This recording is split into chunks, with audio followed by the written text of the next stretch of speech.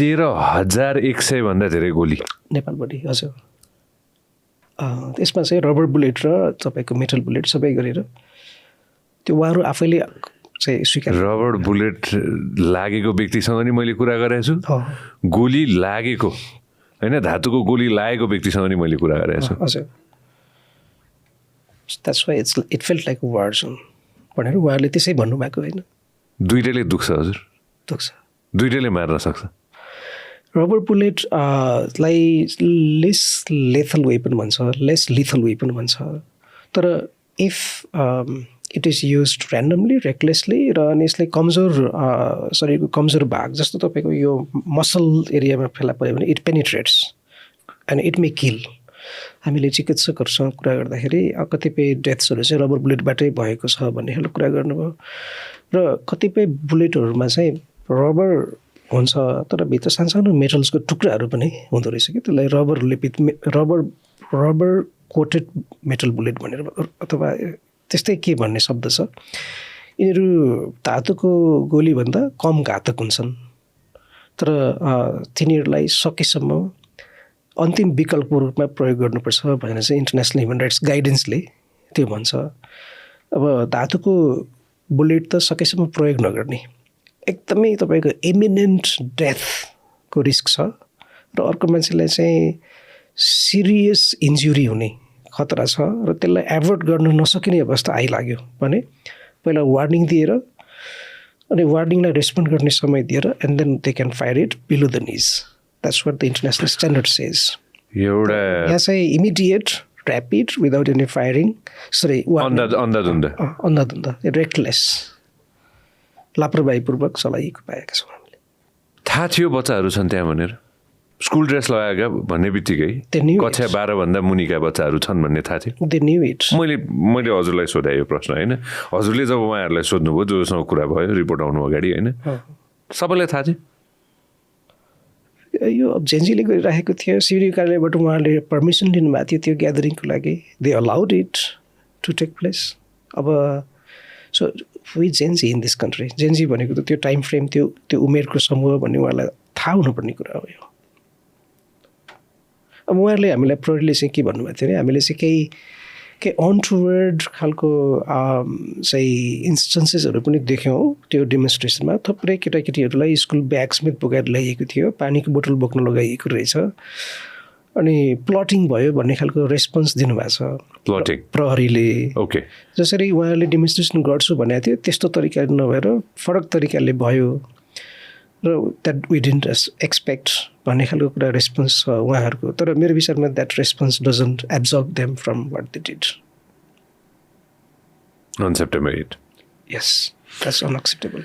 They have to be prepared for every eventuality as a state agency that is accorded that responsibility by the civilians. हामीले उहाँलाई जिम्मेवारी दिएका छौँ हाम्रो करबाट चाहिँ गोलीगट्टा समेत किनेर महिनावरी तनखा दिएर तपाईँहरूले यो जिम्मेवारी सम्हाल्नुपर्छ हाम्रो जीव धन सुरक्षा गर्ने तपाईँको they don't come up and kill us in response for expressing what we have to express. So एक स्टेप माथि प्रहरीभन्दा एक स्टेप माथि जाँदाखेरि होइन सिडिओ र गभर्मेन्ट निकायहरूसँग कुरा गर्दाखेरि चाहिँ उहाँहरूले के भन्नुभयो अब हामीले आउटस्टेट गभर्मेन्टको कसैसँग पनि कुरा गरेको छैन कसैसँग नि कुरा भएको कुरा गरेको छैन हामीले चाहिँ सिक्युरिटी एजेन्सिजहरू सँग कुरा गऱ्यौँ डक्टर्सहरूसँग कुरा गऱ्यौँ भाद्र 29 देखि असोज 4 गतिको बिचमा हामीले 25 जनासँग फ्यामिलिजहरूसँग कुरा गऱ्यौँ घाइते प्रदर्शनकारीसँग कुरा गऱ्यौँ घाइते पत्रकारहरूसँग कुरा गऱ्यौँ 2 जना हाई लेभल सिक्युरिटी अफिसर्सहरूसँग प्रहरीको एकदमै हाई लेभल सिनियर लेभलको उहाँहरूसँग कुरा गऱ्यौँ त्यसको आधारमा ड्र गरी कन्क्लुजन र हामीले लट अफ यो गभर्मेन्ट डकुमेन्ट्सहरू नोटिसेसहरू ल अनि त्यसपछि सर्वोच्चको आदेशहरू विशेष गरी त अब यो तपाईँको एउटा मेन फिल्डहरू त यो सामाजिक सञ्जालहरू जसरी बन्द गरिएको थियो त्यसको पनि कारण छ यसमा यी दस्तावेजहरू सबैलाई रिभ्यू गरेर हेर्दाखेरि र अनि ओपन सोर्समा अभाइलेबल भिडियो फोटोहरू र कतिपय हामीले इन्टरभ्यू गर्दाखेरि चाहिँ चिकित्सकहरूले दिनुभएको भिडियो र त्यो मेडिकल डकुमेन्ट्सहरू को बेसिसमा हामीले दिस इज एक्सेसिभ अनलफुल डिसप्रपोर्सनेट र अननेसेसरी फोर्स नै प्रयोग भएको थियो र यसले मानव अधिकारको गम्भीर उल्लङ्घन भएको छ र जति पनि दोषी छन् मुसिएका छन् यसमा top to bottom regardless of their rank and file including from civilian authority, they have to be held to account through an impartial, independent investigation and fair trial. हाम्रो निष्कर्ष र सुझाव यही छ. What next? अब अहिले जुडिसियल कमिसनलाई पनि हामीले यही भनेका छौँ. तपाईँहरूले चाहिँ आफ्नो इन्भेस्टिगेसन फेयरली, इम्पार्सियल्ली, इफेक्टिभली गर्नु पऱ्यो र इमिडिएटली चाँडै आफ्नो रिकमेन्डेसन्स गभर्मेन्टलाई बुझाउनु पऱ्यो. Government should make those recommendations public. यो इन्टरिम गभर्मेन्टले त्यसपछि पब्लिक गरिसकेपछि महान्यायाधिवक्ताको कार्यालय अटर्नी जनरल्स अफिसले प्रोसिक्युसनको लागि चाहिँ केस अगाडि बढाउनु पऱ्यो. यदि फर्दर इन्भेस्टिगेसन आवश्यक पर्ने हो भने फर्दर इन्भेस्टिगेसन त्यहाँ गर्नु पऱ्यो जुडिसियल प्रोसेसबाट. इतिहासले के बताउँछ हामी अर्को 20 वर्ष पर्खिन्छौँ भनेर होइन त. इतिहासले 20 वर्ष पर्खेर पनि कुराहरू अगाडि बढी त हुने हो. Then it goes into oblivion and forgotten and relegated to dustbin. That's where we fail. That's how we fail. And we have been failing for centuries. Not 10 years, not 50 years, for centuries. यो hopelessness तर्फ चाहिँ म जान चाहन्न होइन.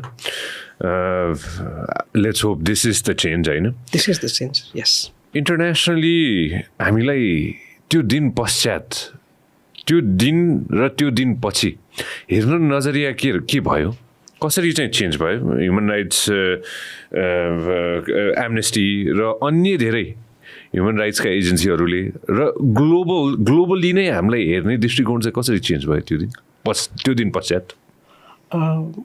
हामी human राइट्सको स्पेसमा काम गर्ने सङ्घ संस्थाहरू अहिले ग्लोबल्ली ठुलो एउटा फ्रस्ट्रेसन र रिस्कमा छौँ हामी. वास्तवमा भन्नुपर्दा यो जुन खालको ब्याकल्यास चाहिँ ह्युमन राइट्समा अहिले भइराखेको छ यो नेपाल पनि एउटा यसको कन्सिक्वेन्स हो. तर I think human rights is at the receiving end everywhere globally. it's being not just disregarded. This is because of the politics. Politics पनि अहिले जुन खालको यो अथोरिटेरियनिजम अधिनायकवादको वृद्धि जसरी भइरहेको छ संसारभरि, पपुलिजम लोकप्रियतावाद र अनि जुन हाम्रो नेपाली पोलिटिकल कल्चर छ नि मोरलेस त्यस्तै प्यारलल कल्चर चाहिँ एउटा पावर सेन्टरको पछि लानेर त्यसलाई पुज्ने र अनि त्यसलाई चाहिँ आइडोलाइज गर्ने. अनि त्यसपछि यो अहिलेको हाम्रो यो बिग टेकहरूले चाहिँ त्यसमा एल्गोरिदमिक प्रोजेक्सन्सहरूबाट अझ बढी एम्प्लिफाई गरिदिने, फन्डामेन्टल्ली पावरलाई इन्फ्लुएन्स गर्ने अनि अल्टिमेटली कमन पपुलेसन, सिभिलियन्स, एक्सक्लुजनमा परेकाहरू, मार्जिनलाइजमा परेकाहरूमाथि क्र्याकडाउन गर्ने टेन्डेन्सी चाहिँ ग्लोबल्ली एभ्रिवेयर छ. Be it the United States of America, China, India. Look at what is happening in Gaza, Netanyahu के भइरहेको छ. इन्डिया, पाकिस्तान सबैतिर चाहिँ युरोपमा चाहिँ how immigrants are being treated. अमेरिकामा नै पनि जसरी त्यहाँको एडमिनिस्ट्रेसनले चाहिँ बेसिकली अब युएस त इमिग्रेन्ट्सहरूको कन्ट्री हो नि, तर how immigrants are being treated. अब उहाँहरूलाई जसरी इलिगल डिपोर्टेसन गरिराखिएको छ as if they are sub humans अथवा not even humans.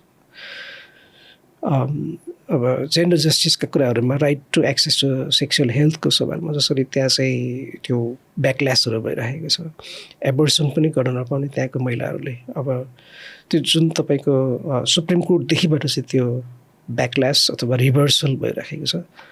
a worrying situation for the global community in terms of human rights. I mean, I'm being very dark and gloomy here. No, it's okay. We are at this point at the moment.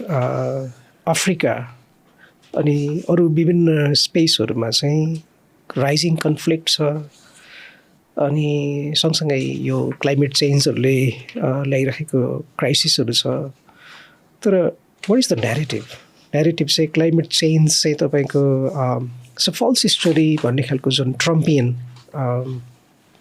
Approach छ false story यो truth होइन यसले चाहिँ human राइट्समा चाहिँ there is a huge challenge globally and that's why we are struggling to kind of reconstruct the narrative कि human rights should be at the central stage of every political negotiation, every political dialogue, which means meaningful participation of the people, ownership, and attempts for truth, justice, recovery, restitution, and remembrance to the past.